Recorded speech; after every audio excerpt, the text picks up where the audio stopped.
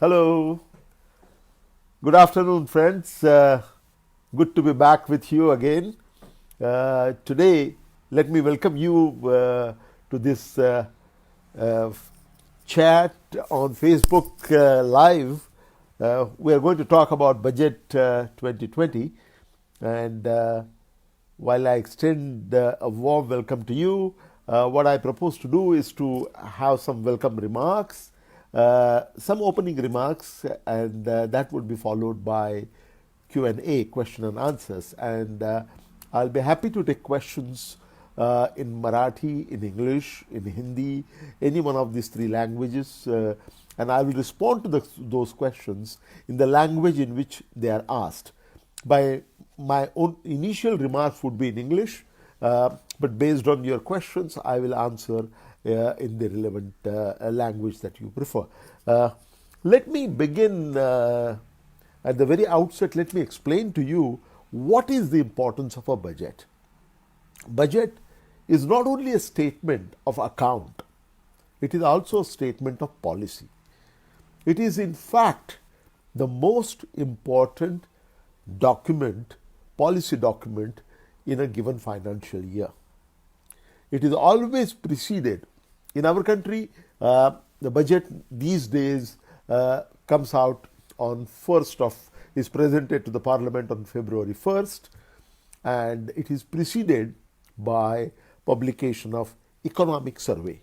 There is no one-to-one correspondence between budget and the economic survey. Economic survey is the responsibility of the chief economic advisor and his team, and it is not the recommendations which are made in the economic survey. They are not binding on the finance minister.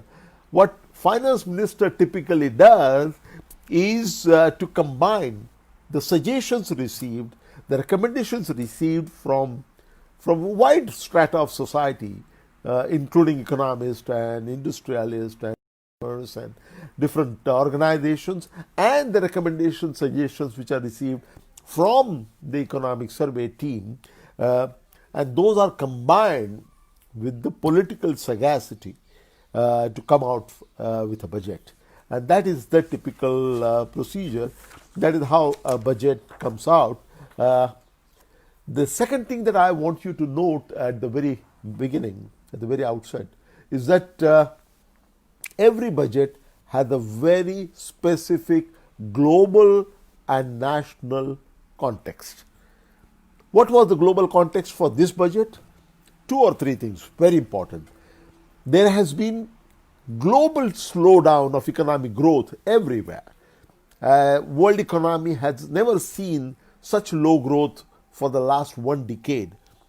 The growth rate for the global economy in 2019 is expected to be less than 3%, that is 2.9%, and this is the lowest one in the last 10 years.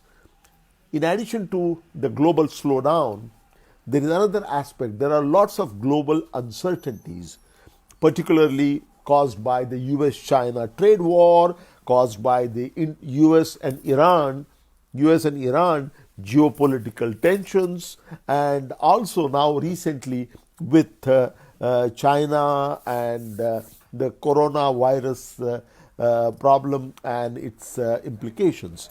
So the global situation is quite dicey in terms of slow growth and in terms of heightened uncertainties. What is the Indian context under which this budget was presented?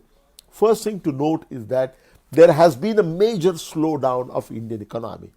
There is no recession, mind you. There is a lot of talk about mandi. That is completely wrong. There is a major slowdown, but no recession. Technically speaking, recession is a situation where there is a negative growth rate, minus growth rate for 2 consecutive quarters. Are we anywhere close to below zero growth rate? No. Our growth rate has come down, but even after coming down, our growth rate is at a solid 5% for this year.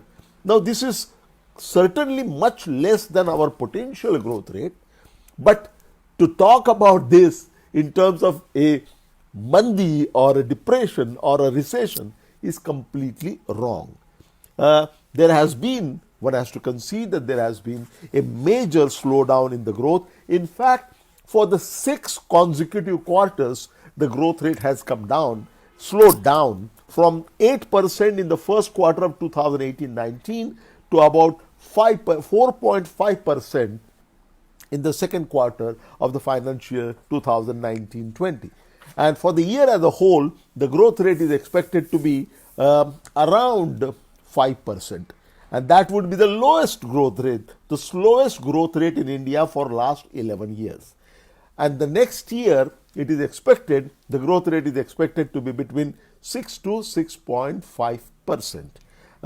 This is the growth rate situation. As far as the inflation is concerned, the inflation rate is around 4.1%. CPI inflation is around 4.1%. Current account deficit is well contained, but that is contained because of lower level of imports and not necessarily because of a major increase in the exports. Our FDI, the foreign direct investment, has been very strong. We have raised our FDI, foreign direct investment into India, has increased from about $190 billion to about $284 billion, as was reported by the Honorable Finance Minister. Our foreign exchange reserves are nearly about $450 billion, which is unprecedented. So we have, it was a very difficult circumstances in terms of growth that this budget was presented. So let's talk about this budget. In my opening remarks, I will say few things about the budget, and then I'm going to wait for your questions. But in this chat, we are going to discuss what is good in this budget, what is not so good in this budget, what is bad in this budget, and what should have been there in the budget but is actually not there. These are the 4 issues on which I expect questions. But let me begin by making some statement. This budget, as I mentioned earlier, was presented under extremely tough circumstances. And even then, the finance minister did not take any shortcut measures to economic recovery. The Honorable Finance Minister faced the hard reality transparently without covering it up. For example, for the current financial year 2019-20, the fiscal deficit target, the budgeted number was 3.3% of our GDP. In actuality, the revised estimate shows that the fiscal deficit is going to be as high as 3.8% of GDP. That is 63,000 crores more than what was anticipated in the budget. Now, why has this happened? This is a major slippage which has been admitted upfront. What are the reasons? 2 reasons. One is a revenue shortfall. There was a revenue shortfall of as much as 113,000 crore rupees. And there was also a disinvestment shortfall.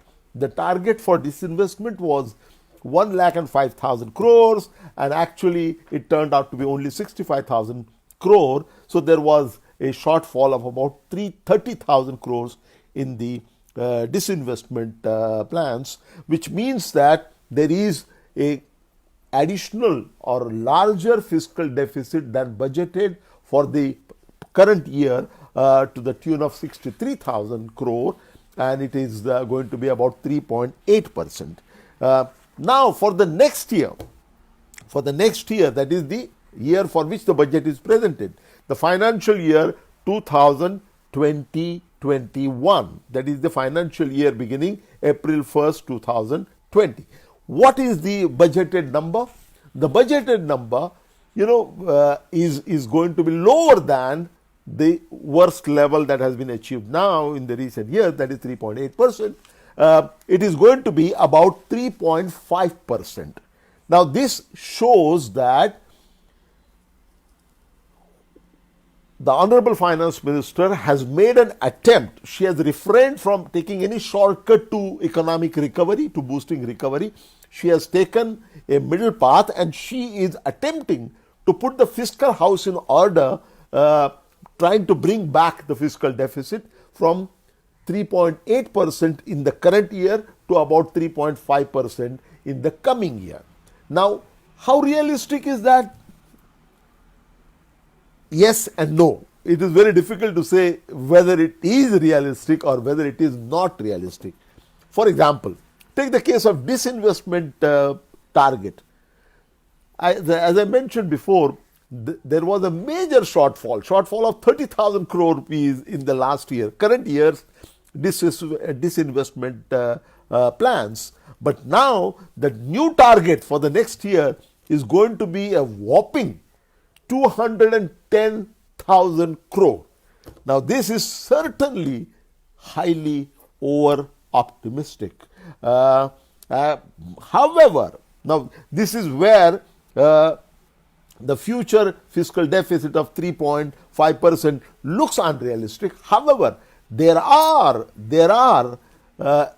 is a likelihood, and this is not noted by most people, there is a likelihood of an exceptionally sharp increase in direct tax revenues. I'll tell you how.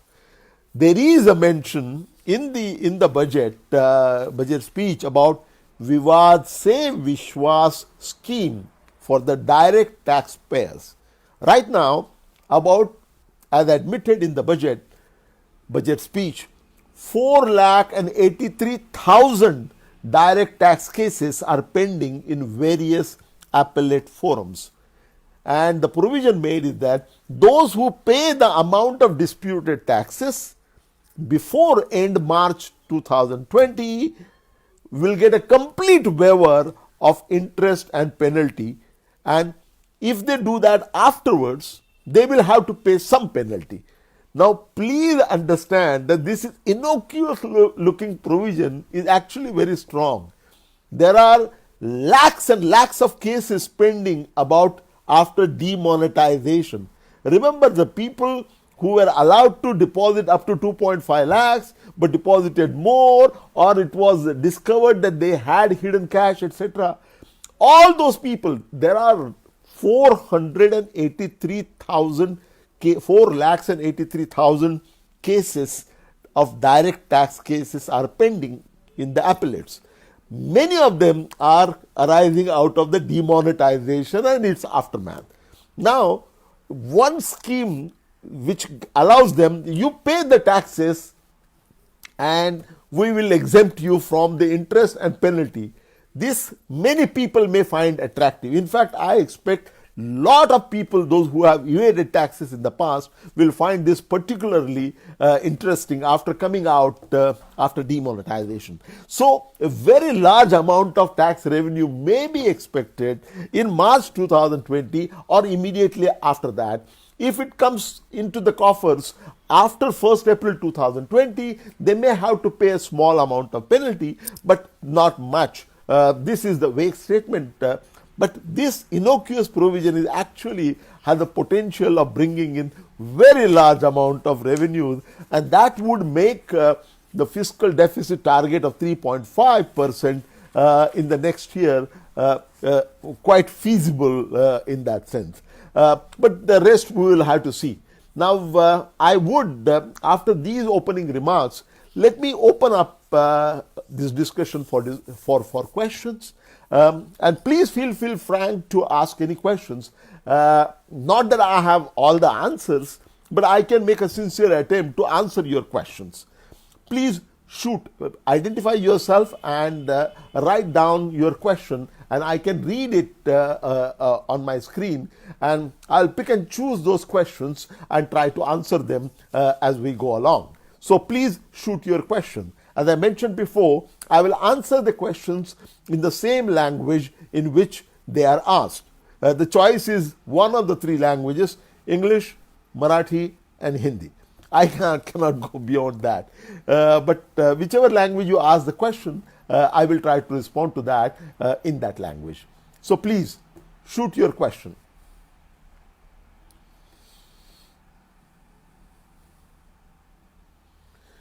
One thing is very clear: the budget speech was extremely long and boring. I mean, as the Honorable Finance Minister got tired and she came down with illness, most people were quite agitated with the very long speech.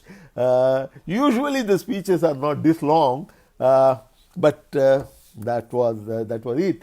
Probably it was one of the longest speeches. I'm not getting the questions. I'm only getting who is watching. Any question, please feel free. Or do you have got all the answers already?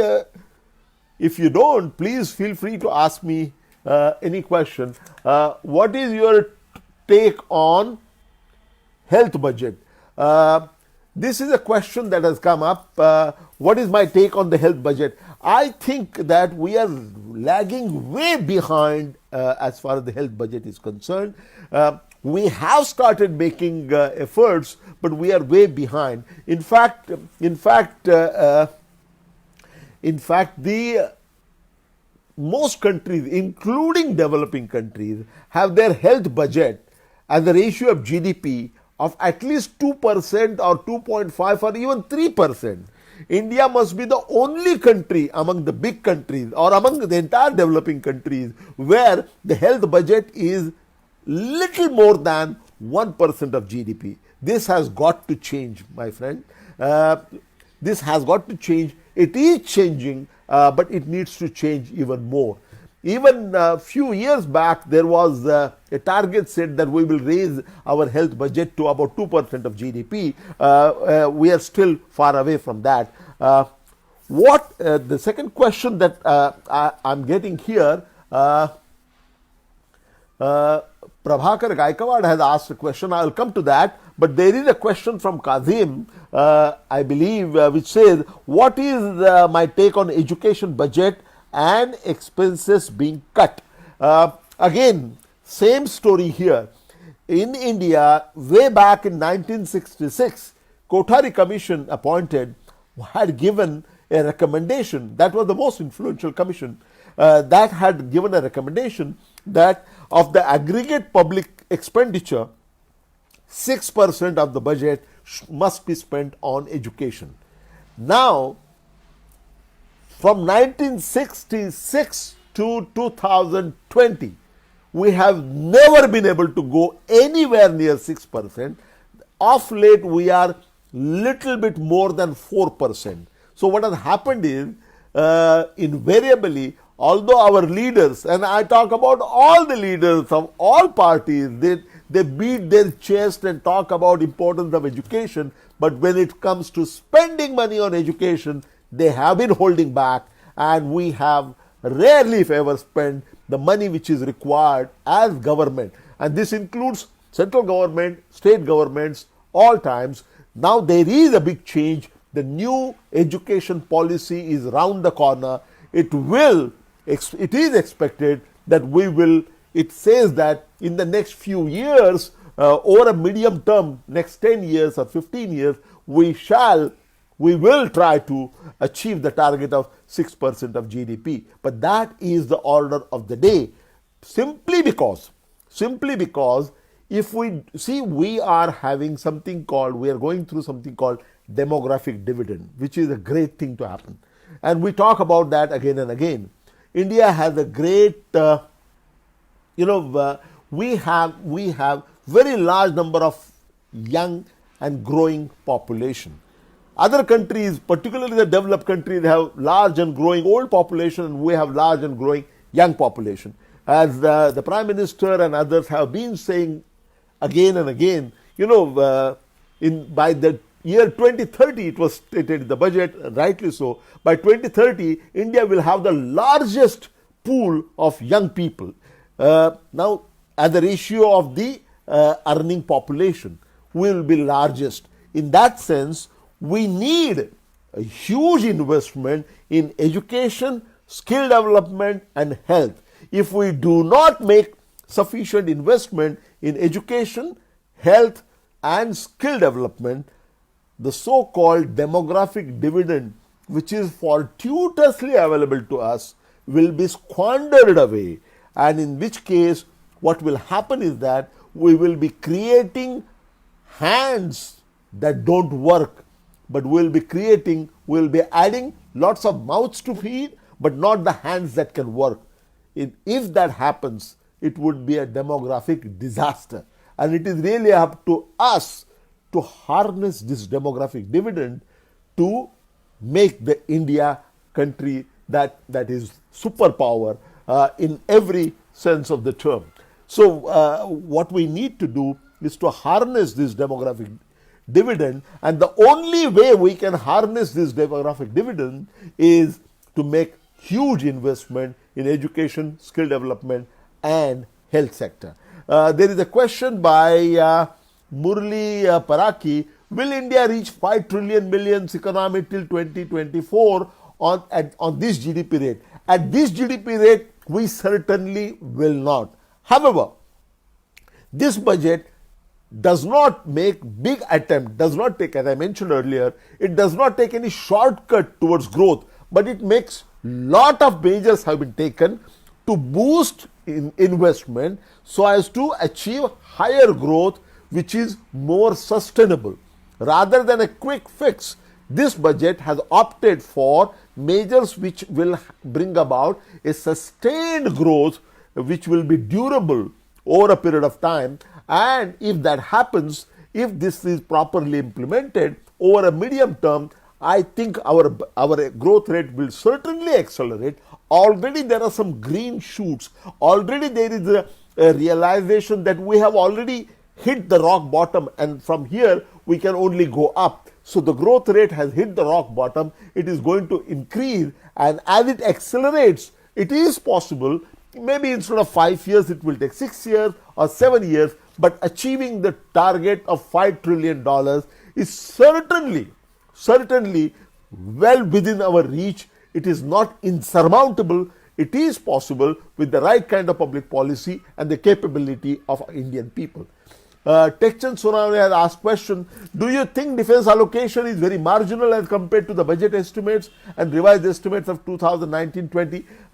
This is a tricky question, Techchan ji, because defense allocation, quite frankly, is never shown entirely in the budget. So please do not get carried away by, and this is the observation made by many international observers, and this applies to all countries. India is no exception there. It is seemingly not adequate, but for every sector, the budget, when you have a fiscal constraint, you always have a situation where the actual provision in the budget leaves much to be desired. That is how it works. It is, if the resources were unlimited, then every sector will get everything that they want. That can never happen. So it is basically the art of policy making, where the finance minister makes the allocation. He or she has to juggle many things along with the economic and political considerations to arrive at numbers, and that process has been very finely tuned in our country. Yeah, more questions. There is a question, it says that government is mandating e-commerce companies to cut TDS at every transaction and charge sellers 1%. What do you think about this? And won't this make it difficult to do e-commerce business in India? Yes, it is. But there are several other measures which are taken which are going to encourage the emergence of what is called new economy. For the first time in this budget, there is a section on new economy. What is this new economy? I have recently written a book on this subject, as you may be aware. This is, in the last 2-3 years, world over, Industrial Revolution 4.0 is taking place. What is this Industrial Revolution 4.0? See, the first Industrial Revolution took place in 18th century. It was spurred by steam engines. Second Industrial Revolution came about in 19th century. The reason was electricity. Third one was in 20th century, the reason was internet. Now the fourth industrial revolution has just started, and this is changing our lives forever and very fast. It involves artificial intelligence and machine learning. It involves robotics. It involves Internet of Things. It involves so many different parts of technology, 8 different components of technology, which are completely changing our lives. And in future, the speed of change is so much, it is incredible, it is unbelievable. And what will happen is that, what has happened is that for the first time in our budget, it has been recognized, and that government is going to have a strategy dealing with artificial intelligence, machine learning, and the whole range of this so-called, what I call new age technologies. And that provision is there. E-commerce is just a part of that. And with this new technology, in accordance with the new technology, pari passu, we have to bring about changes in our working of our economic system, in our social system, in our education system, and so on. And that process has begun. We need to expedite that. Why is budget slashed for central government hospitals treating lakhs of poor patients? I do not have answer to a very, very specific question like this, but generally speaking, what has happened is that this year there was a revenue shortfall, a major revenue shortfall, and because of the major revenue shortfall, what they have done, I'll give you some numbers. Overall picture, if you see, what has happened is that there was a revenue shortfall of about 113,000 crores. So expenditure had to be cut to keep the fiscal deficit to a reasonable level. Even then, even after cutting down the expenditure, they have not been able to reduce the fiscal deficit below 3.8% of GDP. So when the axe falls, unfortunately, and this is very unfortunate, it falls more on the social sectors like education and health. That is why we see that the cutting has taken place in several sectors, and health sector never had very high provision, and even then there has been slash. It has been slashed, as you are rightly saying, which is unfortunate. Yeah, other questions, please. I'm not able to see the questions. My colleague is writing them down elsewhere. Yeah. Why does the health budget have provisions? No, that has happened. Why is budget that has happened? Government, okay. We want to do ease of doing business. Doesn't he think such practice will send up? This is also done. Sorry? This is also done. This is also done. Okay. All right. So, further questions, please. Suraj Iyer has asked, it is very interesting that Iyer is asking question in Marathi. Wonderful. I like that. सरकारी नोकरीच्या जाहिराती निघत नाहीत. निघाल्या तरी गोगलगाय पेक्षा संथ गतीने चालतात. IB ची 2018ची प्रक्रिया अजून चालू आहे.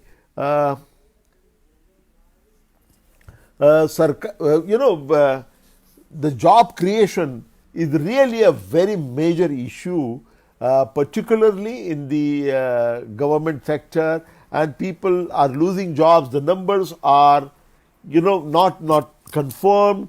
The budget did not talk about it, but CMIE and other agencies have given numbers. Our unemployment rate is as high as 7.5%, and according to them, for educated, unemployment is the highest, about 17.5%.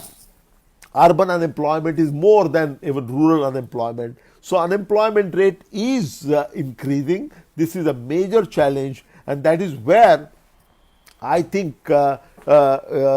you don't find many government sector jobs opening up, but the same thing is happening about the private sector as well. There is a theory that the counting is incorrect, and that in the private sector, in the unorganized private sector, lakhs and crores of jobs have been created, but this is right now being contested and one cannot take a definitive position.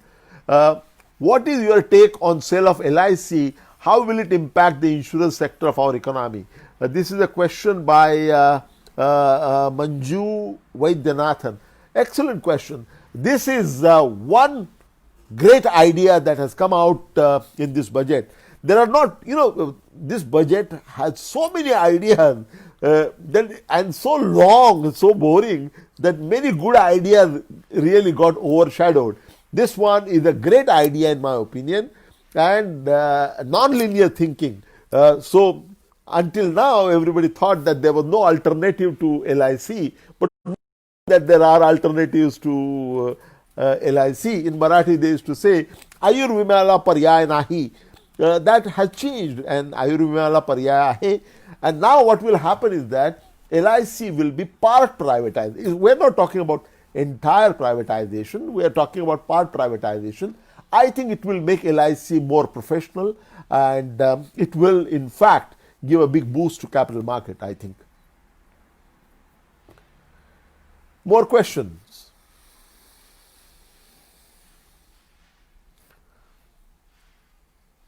Here is a question about, I was surprised that somebody has said, how come there is no question on the personal income taxes and the kind of trick that has been played? On one hand, they have lowered the tax rate, but on the other hand, they have taken away the exemptions. Don't you have any comment on that? Do you think it is a good idea? Murali Pataki again comes back with options tax paying method elaborately. Basically what they have done is that there are, according to the Honorable Finance Minister, there are more than 100 exemptions. So what they are saying is that we are prepared to lower your we are prepared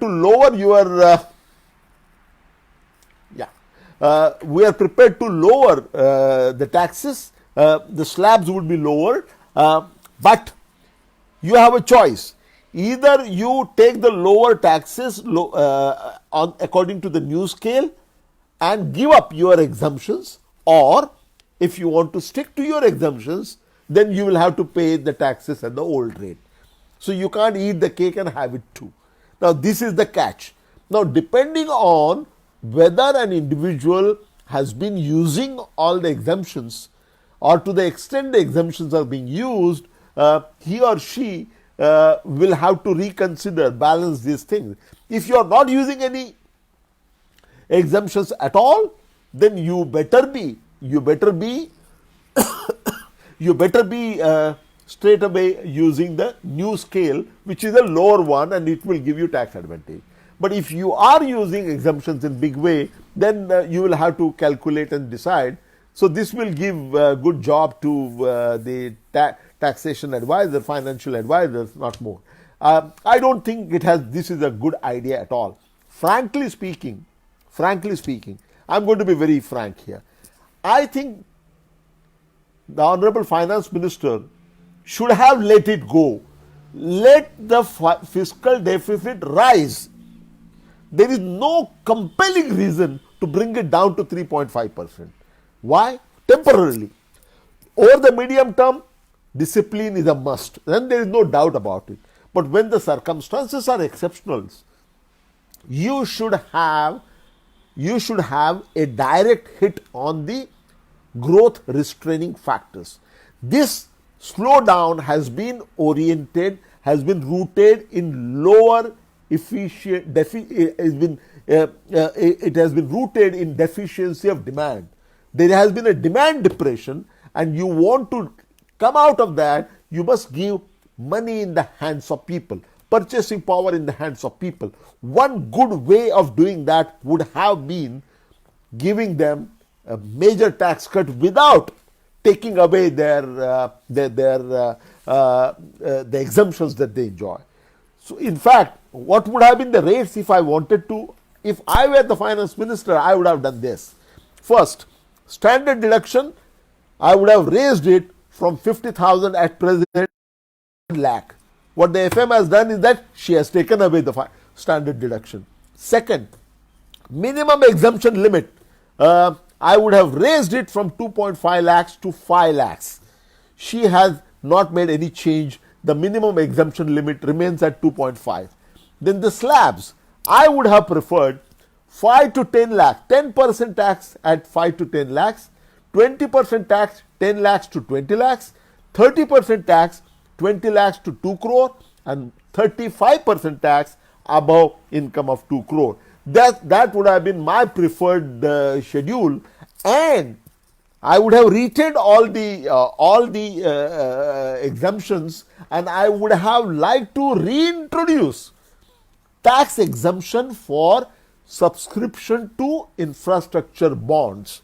See, there is a huge, more than 1 lakh crore rupees of investment in infrastructure that we are going to be making over the next 5 years. This is very important for the medium term growth. How do we finance that? Finance Minister has found out a way, which is very good, of course, that the sovereign wealth funds, that is, wealth funds of foreign countries, would be allowed tax exemption if they invest into infrastructure in India. This is a great idea. But why should it be confined only to sovereign wealth funds? It could have been general. And domestically, see what has happened is, until recent past, we have been financing our growth and development mostly by domestic sources. Now we are increasingly relying on foreign sources. Is that desirable? Not necessarily, or not entirely. What I am saying is that there should have been a new exemption allowed. Not only the existing exemption should not have been taken out, new exemption should have been allowed on for subscription into infrastructure bonds at least up to 1 lakh rupees. And they would have been able to get lot of money. You know, over the period of time, our saving rate has come down. At one point of time, it was 36%. Today, it is 26-27%, which means that our growth and development is going to be financed increasingly by reliance on external resources, which has to be done in a very cautious manner. We have been doing it in a cautious manner, but removing these internal exemptions which would have promoted savings, or not reintroducing the tax deduction for subscription to infrastructure bond, this I think ought to have been done. So as I said in the beginning, there are things that ought to have been done but not done. If I were the one who had any opportunity to do that, this is the way I would have done it. Because, what are we afraid of? If the budget deficit, if the fiscal deficit had gone up to 4%, what worst would have happened? At worst, what would have happened is that the fear is there that we would have been downgraded by the foreign rating agencies. That fear is true, but let us not exaggerate that fear at all. And many countries, including United States and other countries, during the 2008-2009 major crisis around the world, many countries allowed their deficit to increase disproportionately large. So we could have taken a further deviation from the fiscal discipline for the time being, not forever. For 1 year, we could have done that and taken measures upfront to revive the economic growth which has been sagging. What we have done in this budget does not help the growth prospects in the near future. It does help in a very important and in very big way over a medium term, but I would have preferred, personally I would have preferred it to give support to immediate growth. As it is, some green shoots are visible. This is the time to encourage them, nurture them, and come back, restore the high growth path that the Indian economy has been giving. Somebody is asking, what are the further questions, my friend?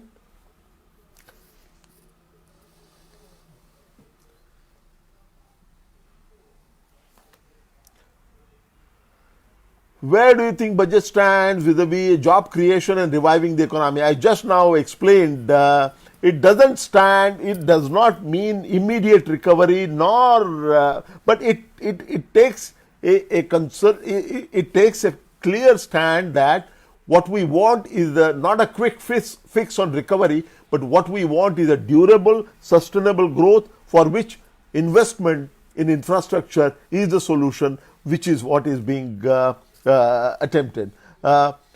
Shouldn't government have privatized railways in the budget?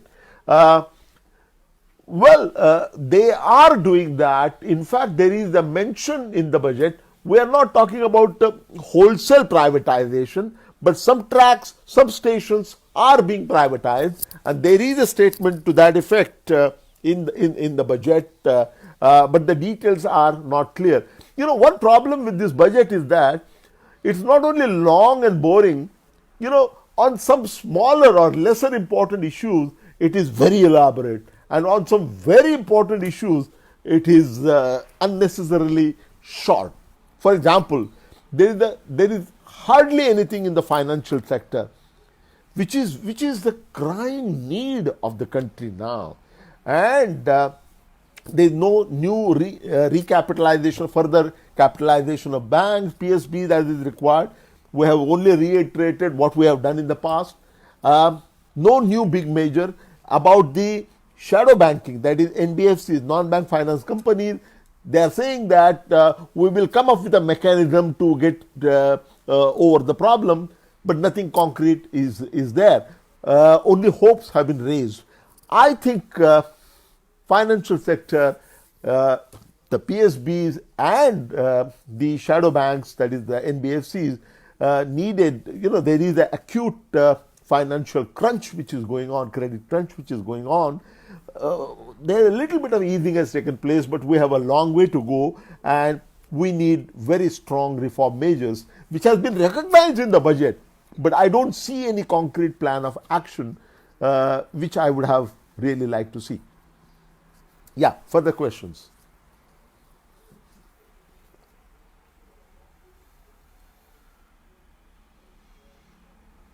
What is your opinion on tax payable by NRIs now if they don't pay tax in the country of their residence? I think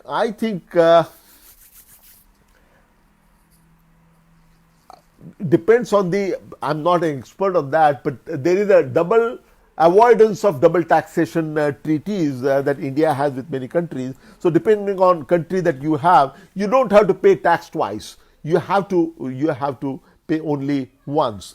Ravindra Ambekar has asked in Marathi, 100 मार्कांपैकी किती mark तुम्ही बजेटला द्याल? याचं मराठीमध्ये उत्तर द्यायचं तर आपले यापूर्वीचे वित्तमंत्री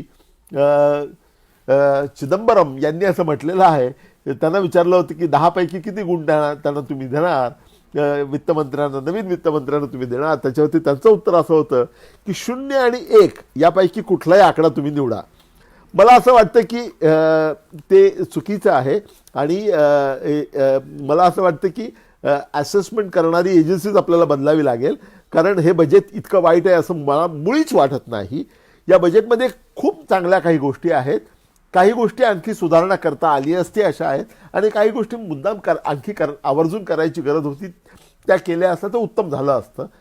तर माझ्या मते 100 पैकी मी 60 आणि 65च्या मध्ये त्यांना मार्क देईन. 0 वगैरे मार्क मी देणार नाही. मी परीक्षकच बदलून टाकीन. टॅक्सवरच जास्त भर का दिला जातो?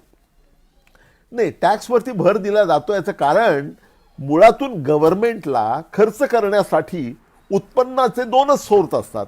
एक तर त्यांनी टॅक्स कररूपी उत्पन्न त्यांना जे मिळेल ते, आणि नॉन टॅक्स रेव्हेन्यू असतो तो, आणि बॉरोविंग असतात ते, किंवा ॲसेट सेल करून, म्हणजे डिसइन्व्हेस्टमेंट ज्याला गुंतवणूक करून जे पैसे मिळतात ते. हे एवढेच मार्ग आहेत, आणि ते मर्यादितच आहेत. त्यामुळे तुम्हाला जर गरजेप्रमाणे वेगवेगळ्या क्षेत्रांच्या वेगवेगळ्या गरजांप्रमाणे खर्च करायचा असेल तर तुम्हाला त्या प्रमाणात तुमचा रेव्हेन्यू सुद्धा वाढवायला पाहिजे. जर तुम्ही खर्च वाढवला आणि उत्पन्न वाढवलं नाही, आमदनी अठ्ठन्नी खर्चा रुपया, म्हणजे नतीजा काय होतो तुम्हाला माहिती आहे, नतीजा ठणठण गोपाल.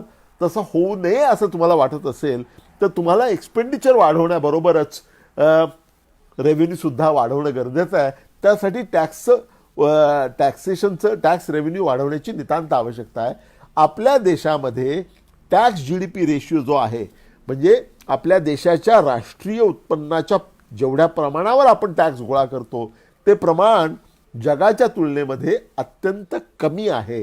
हे मला मुद्दाम तुम्हाला आवर्जून सांगा असं वाटतं. आपल्याला प्रत्येकाला वाटतं की भारतामध्ये खूप टॅक्सेस आहेत, काही प्रमाणात ते खरंही आहे, परंतु टॅक्स GDP रेशिओ भारताचा हा 9 ते 11% आसपास आहे. अमेरिकेमध्ये तो 20% वरती आहे. इतर अनेक देशामध्ये marginal tax rates are much higher than what they are in India. मात्र रेव्हेन्यू वाढवल्याशिवाय आपल्याला एक्सपेंडिचर वाढवता येणार नाही, कारण सगळी सोंग आणता येतात, पैशाचं सोंग आणता येत नाही. त्यामुळे तुम्हाला खर्च वाढवायचा असेल तर तुम्हाला रेव्हेन्यू वाढवणं हे क्रमप्राप्तच आहे. हां,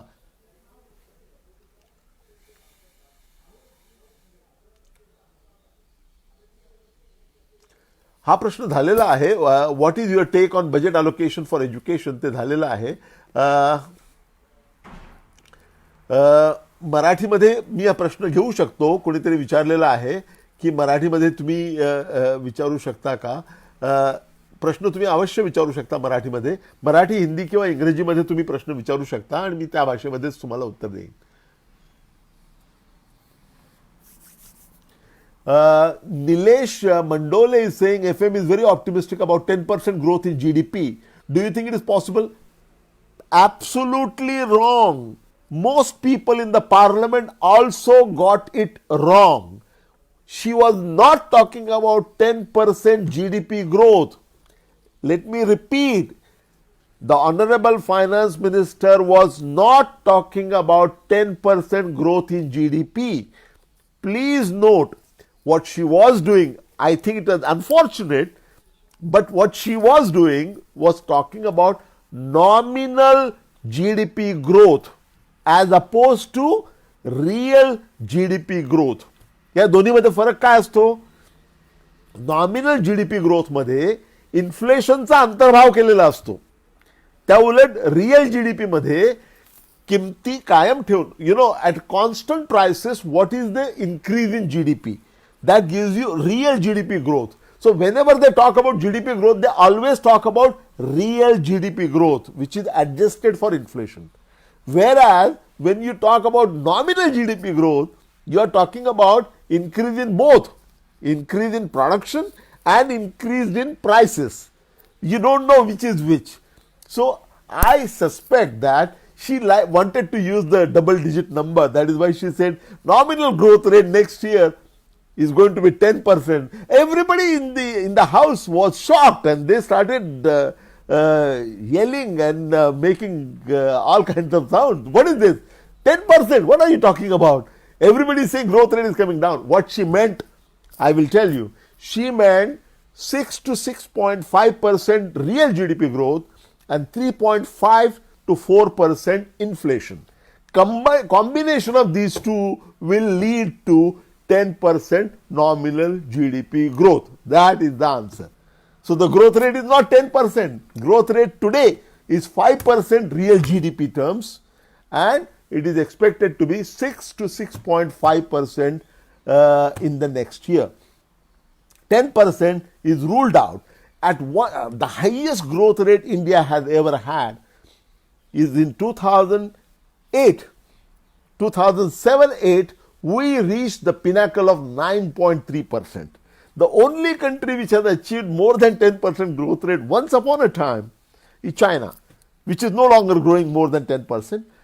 India went right up to 9.3%, and after that in 2008 we slipped down and we are nowhere near a double digit growth rate.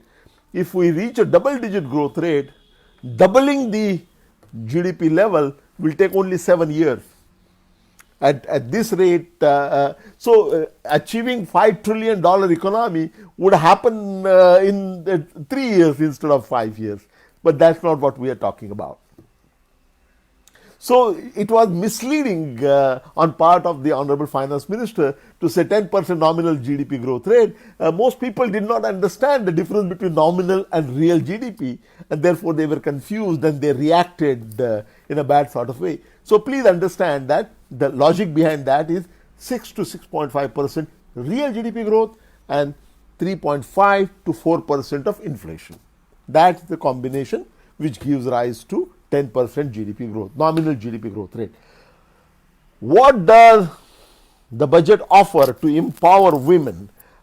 It's very difficult to take out this, but there is a gender budget. I have not looked at the numbers, but there is a separate gender budget which is there. But you have to combine various ministries to put together the total number for gender budget. For example, in education, there is a large increase a fairly large, decent increase in expenditure. Part of that will go to women. So one will have to look at the gender budget and add up the numbers across the ministries to see whether it is substantial.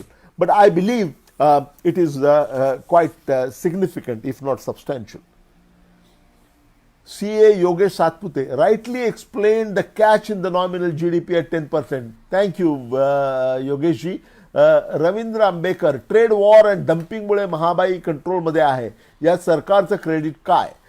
Trade वॉरमुळे महागाई कंट्रोलमध्ये आहे असं म्हणता येणार नाही. Trade war म्हणजे आपण जे China आणि US, चीन आणि US या दोन देशामध्ये जे युद्ध चाललेलं आहे, व्यापार युद्ध, त्याचा परिणाम आपण म्हणतो आहोत. त्यामुळे महागाई आपली आटोक्यात आहे असं नाही. खरं म्हणजे आपल्याकडे मागणीच कमी झालेली आहे, क्रयशक्ती लोकांची कमी झालेली आहे, म्हणून आपली महागाई कमी झालेली आहे. ती क्रयशक्ती वाढण्याची आवश्यकता आहे आणि म्हणूनच टॅक्सेशन कमी करण्याची आणि एक्झम्पशन न काढता टॅक्सेशन कमी करण्याची गरज होती, परंतु ते झालेलं नाही. ट्रेड वॉर बद्दल बोलताना, अमेरिका चीन मधल्या ट्रेड वॉर बद्दल बोलताना तुम्हाला मुद्दाम सांगतो की ह्या ट्रेड वॉरमुळे चीनमध्ये उद्योग करणारे अनेक उद्योजक यांनी चीनमधून काढता पाय घेतलेला आहे. भारत चीनच्या इतका जवळ आहे की त्यांच्यासाठी नॅचरल चॉईस भारत असायला हवा होता. दुर्दैवानं जेवढे उद्योजक बाहेर चीनमधून आले त्यापैकी फक्त 7% उद्योजक हे भारतात आलेले आहेत. बाकीचे बांगलादेश आणि व्हिएतनाम किंबहुना मेक्सिको वगैरे इतर देशांमध्ये गेलेले आहेत. मला वाटतं ते आपल्या देशाचं हा इन अ वे आपल्या रणनीतीचा पराभव आहे असं मला वाटतं. आपली जर योग्य रणनीती असती तर यापैकी बरेचसे उद्योग आपल्या देशामध्ये आले असते. आपल्यामध्ये आपण ईज ऑफ डुईंग बिझनेसमध्ये खूप प्रगती केली असली तरी सुद्धा अजून आपण खूप मागे आहोत आणि आपल्याला प्रगती करायला अजून खूप मोठा वाव आहे. Nachiket Vijay Poddar is asking, is it a good budget? Are you happy for it? Are we in the right direction? Yes, it is a good budget. I am happy for it. We are moving in the right direction and there is no doubt about it. However, it could have been better to address the immediate problems of growth and unemployment, slowdown of growth and unemployment which is rising, which is a cause for concern. What the budget does is to focus on medium-term strategy to promote sustainable growth over a period of time rather than going for any shortcuts for improving growth. So to that extent, I am disappointed. But this strategy, that doesn't mean their strategy is wrong. The strategy is to focus more on a durable growth rather than a quick fix. And there is a point in that. There is a question again by Murli, will investment in infrastructure help to employment? Yes, of course. Second question about why government lost the ground on Make in India. No, government has not lost ground. The strategy is working. It needs to, we need to do the ease of doing business even a lot more, improvement there, and that will, but investment in infrastructure will create huge jobs. Now just take the transport sector. They are going to make very large amount of investment in this budget itself, this coming year itself, and that will add considerably to employment as things unfold. So investment must realize, the foreign flows must come in, as it rectifies, it will generate jobs, and that would be definitely a sustainable and durable kind of growth and increase in employment, which is most welcome. Donald Trump, here is the question. Donald Trump is coming this month. What does the budget offer to improve trade relations with the US? Actually, we have a great opportunity right now with the tensions between the US and China over trade war and our friendly relations with United States and good strategic relationship with China. I think it is possible to build on the same value system on which India and United States are, and we can have certainly improved prospects of mutually supporting, mutually reinforcing kind of trade and investment relationship. I believe President Trump's visit to India will be a landmark visit, and we can cover a lot of ground there, but it depends on the kind of strategy that we follow. I think we are doing very well as far as the external sector policies are concerned, and this is one good opportunity to build on that, taking advantage of the emerging unstable, unstable situation in the geopolitical world economy, so to say.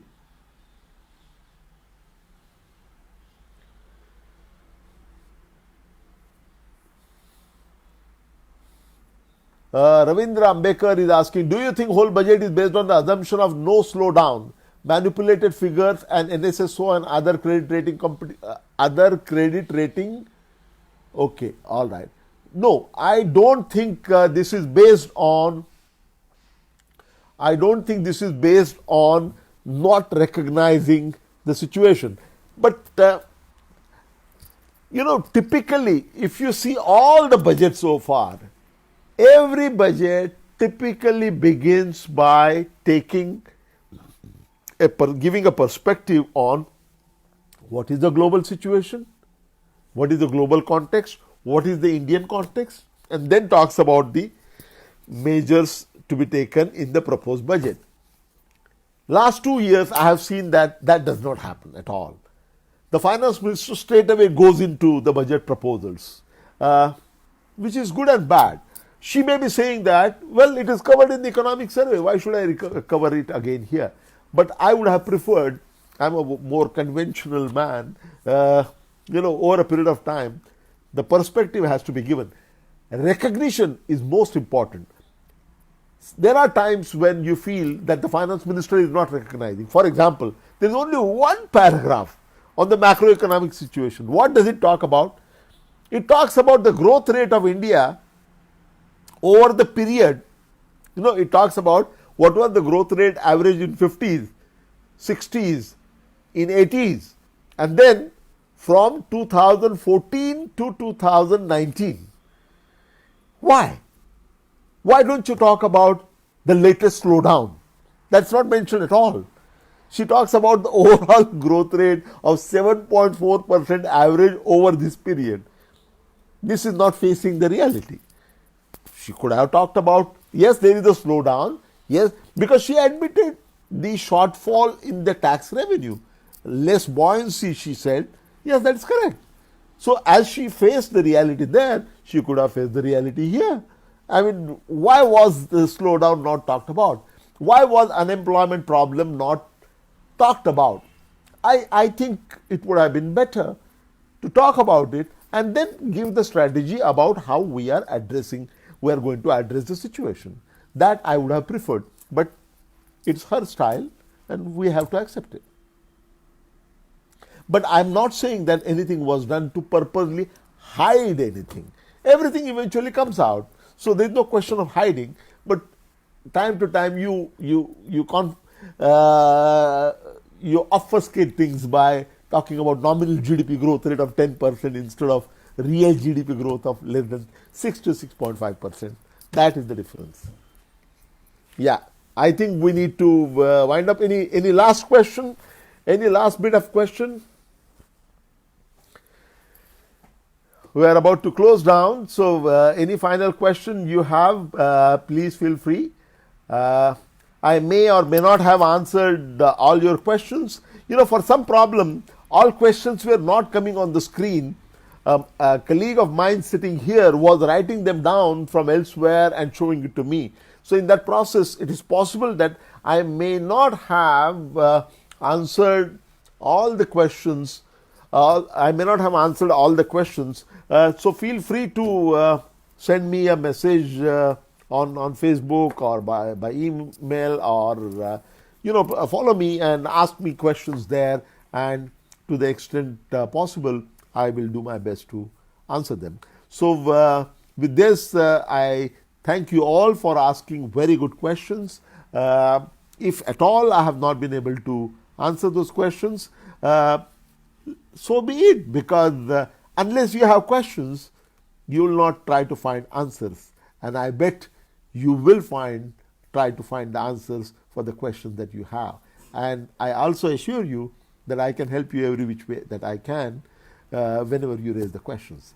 Thank you again for joining, and I sign off. I wish you all the very best. Thank you.